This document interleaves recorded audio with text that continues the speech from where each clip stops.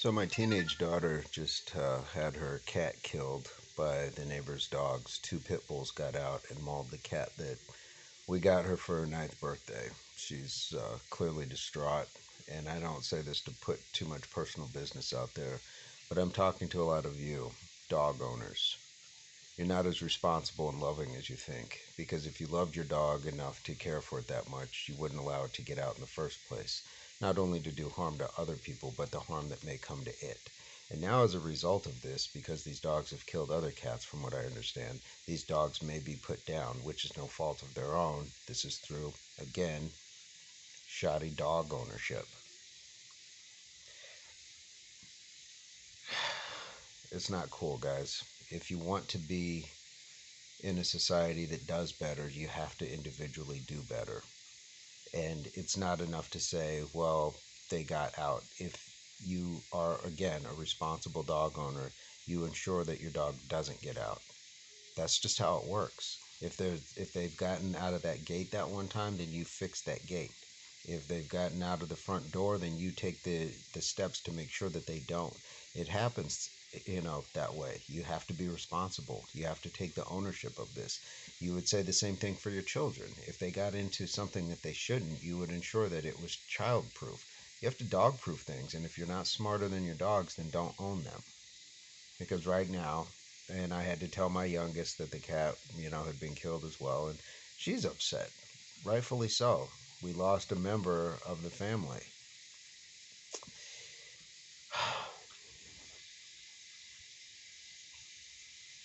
Yeah, it's not a fair thing. But life is not fair.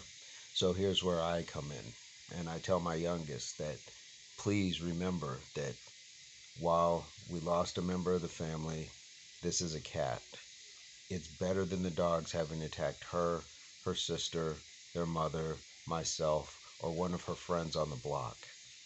And I'm not saying that one life is better than another as far as a cat versus a human, but I can't get other children, is what I tell my kids all the time. I'm not looking to get other daughters. I can get another cat. It's not that I don't care about the cat, not that I don't have a lot of fond memories with the cat, but I hope that makes sense for most people.